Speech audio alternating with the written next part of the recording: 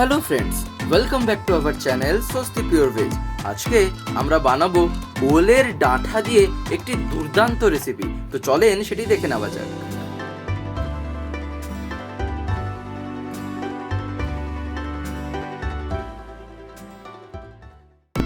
প্রথমে আমরা এখানে ওলের ডাঁটা নিয়ে নিয়েছি, অর্থাৎ আপনারা যেটা দেখতে পাচ্ছেন সেটা আপনাদের দেখানোই যেটা হচ্ছে সেটা হলো এই ওলের ডাঁটাটা। এবারে এখানে যে পাতাগুলো দেখা যাচ্ছে ওগুলো কেটে ফেলে দেওয়া হবে। এখানে যে ডাঁটাটা লাগবে, মানে এই রেসিপির জন্য এখানে ডাঁটাটা প্রয়োজন হয়, নাহলে এই পাতা দিয়েও আলাদা রেসিপিও তৈরি করা যায়, কিন্তু এখানে রেসিপিতে যেটা প্রয়োজন সেটা হচ্ছে ডাঁটা।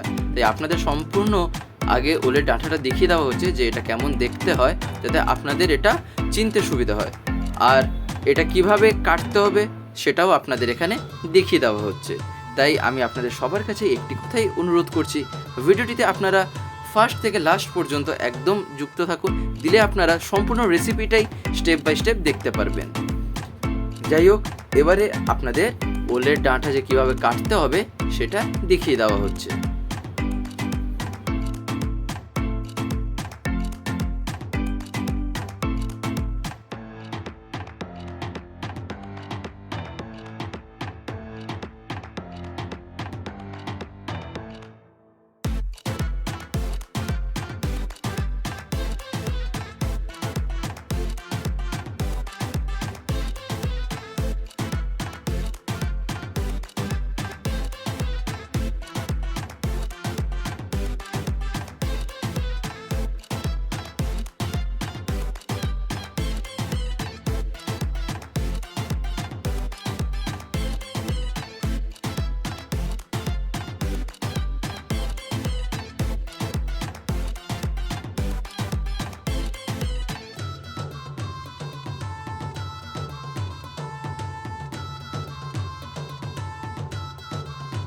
ওলের ডাঁটা কাটার পরে যেভাবে দেখতে হয় সেটা ছিল ঠিক এইরকম, অর্থাৎ সাইজটা এখানে আপনাদের দেখিয়ে দেওয়া হচ্ছে, মানে স্ট্যান্ডার্ড সাইজ এটা আর কি।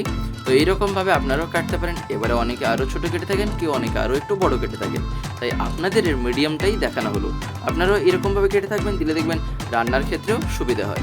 যাই হোক, এবারে আমরা এখানে আলু কেটে নিচ্ছি।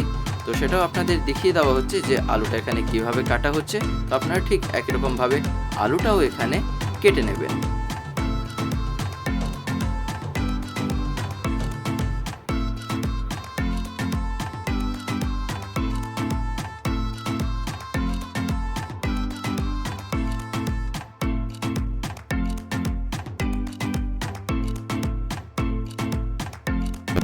আর এবারে আমরা এখানে নিয়ে নিয়েছি কাঁঠালের বিচি।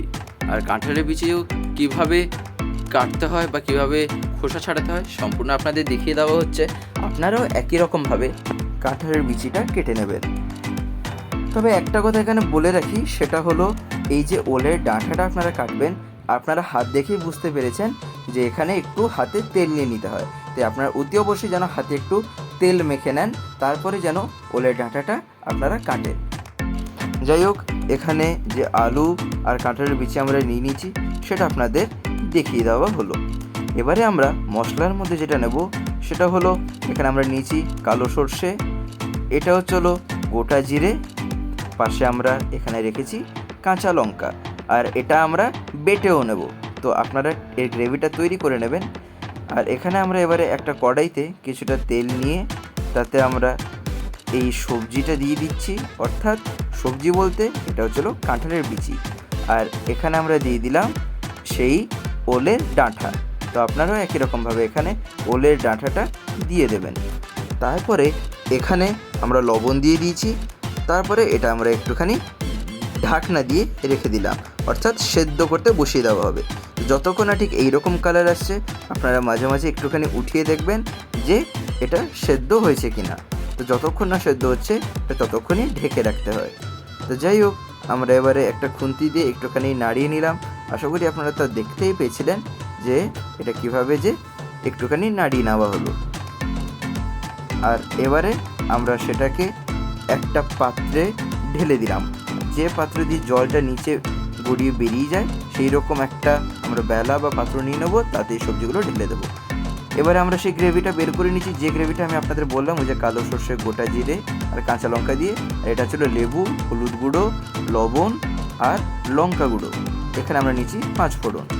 যাই হোক, এবার আমরা একটা কড়াইতে কিছুটা তেল নিয়ে নিয়েছি। তেলটাকে কিছুটা গরম করা হচ্ছে। প্রথমে গরম করার পরে আমরা এখানে প্রথমে দিয়ে দিলাম শুকনো লঙ্কা। শুকনো লঙ্কা দেওয়ার পরে এবারে আমরা এখানে দিলাম 5 ফোড়ন।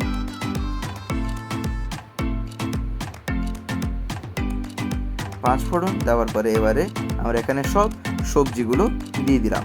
অর্থাৎ যে সবজিটা আমরা ওই একটা পাত্রে ঢেলে রেখেছিলাম যেখান থেকে জলটা গড়িয়ে বেরিয়ে যায়, তো সেই সবজিটা আমরা এবারে এখানে এই কড়াইতে দিয়ে দেবো। দিয়ে দেওয়ার পরে আমরা এখানে সম্পূর্ণ ওটা মিক্স করে নিচ্ছি। তো আপনারাও একই রকমভাবে ওটা মিক্স করে নেবেন। এবারে আশা করি আপনারা দেখতেই পারেন যে লবণ দেওয়া হলো। তো আপনারা ঠিক একই রকমভাবে একটুখানি লবণ দিয়ে দেবেন। লবণ দিয়ে দেওয়ার পরে এখানে লঙ্কা গুঁড়ো দেওয়া হলো। তারপরে এখানে দেওয়া হচ্ছে হলুদ গুঁড়ো। তো আপনারা একই রকমভাবে এখানে এই কয়েকটা মশলা পর দিয়ে দেবেন। দিয়ে দেওয়ার পরে একটা খুন্তি দিয়ে একটুখানি এটা মিক্স করে নেবেন।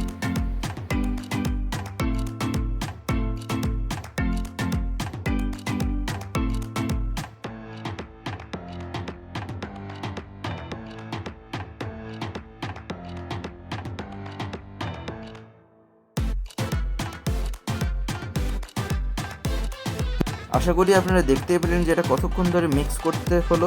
তো আপনারাও একই রকমভাবে মিক্স করে নেবেন। এবারে আমরা এখানে দিয়ে দিলাম সেই গ্রেভিটা, অর্থাৎ বাটাটা, কালো সর্ষে বাটা। তো আপনারা এবারে এখানে সেই বাটাটা দিয়ে দেওয়ার পরে একটুখানি আবার মিক্স করে নেবেন।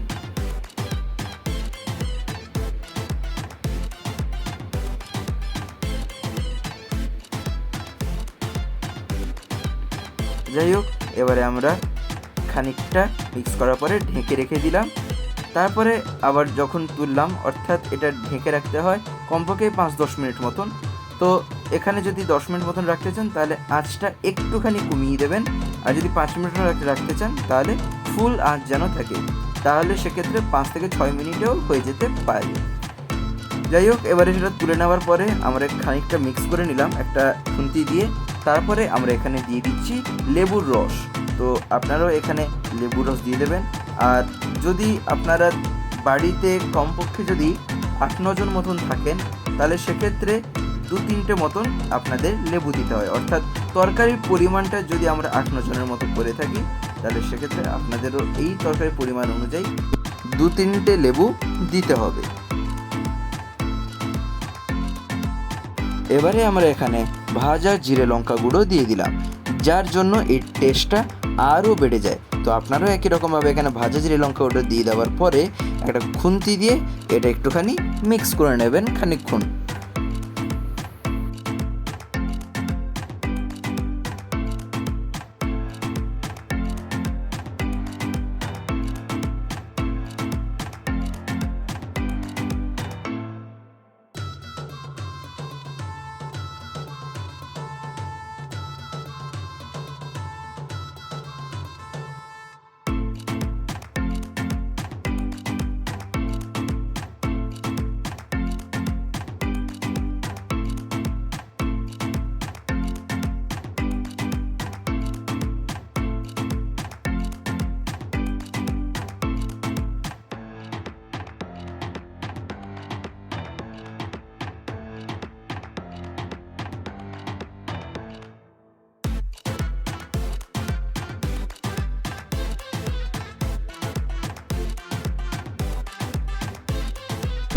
আশা করি আপনারা দেখতেই পেলেন যে এটা কতক্ষণ ধরে একটুখানি মিক্স করতে হলো। তারপরে এটা গ্যাসে এই 5 মিনিট কাছাকাছি একটু রাখতে হয়, দিলেই আপনাদের তৈরি হয়ে যায় এই রেসিপিটা, যেটা হলো ওলের ডাঁটা দিয়ে তৈরি।